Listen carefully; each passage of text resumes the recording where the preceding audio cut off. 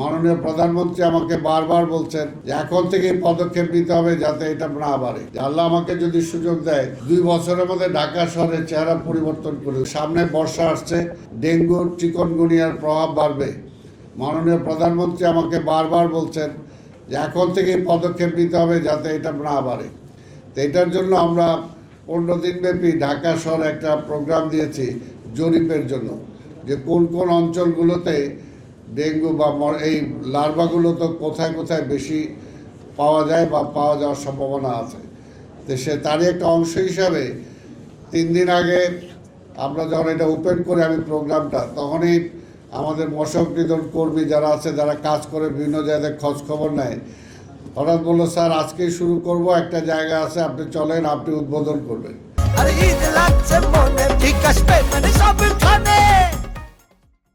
নগর ভবনের পাশেই কিছু দূর দূরে পশু হাসপাতাল আছে।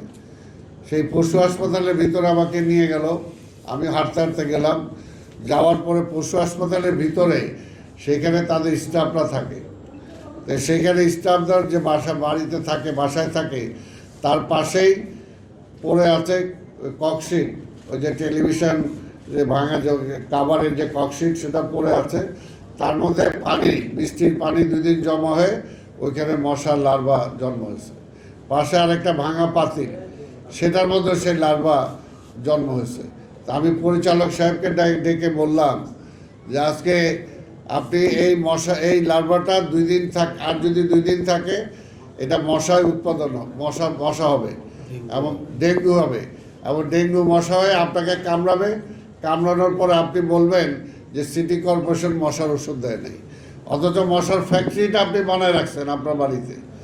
আপনি সেই ফ্যাক্টরি জন্ম দিতেছেন এখানে। এর জন্যই বলবো যে আজকে সেটার জন্য যে মানুষের যদি আমরা সচেতন হতে পারি, তাহলে কিন্তু যেটা আমি বারবার বলতেছি যে আল্লাহ আমাকে যদি সুযোগ দেয় 2 বছরের মধ্যে ঢাকা শহরের চেহারা পরিবর্তন করে দেবে। কীভাবে বলি? অর্থাৎ জনগণকে সচেতন করা। জনগণকে সচেতন করতে না পারলে 2 বছর কেন 25 বছরও সেটা কখনো সম্ভব না।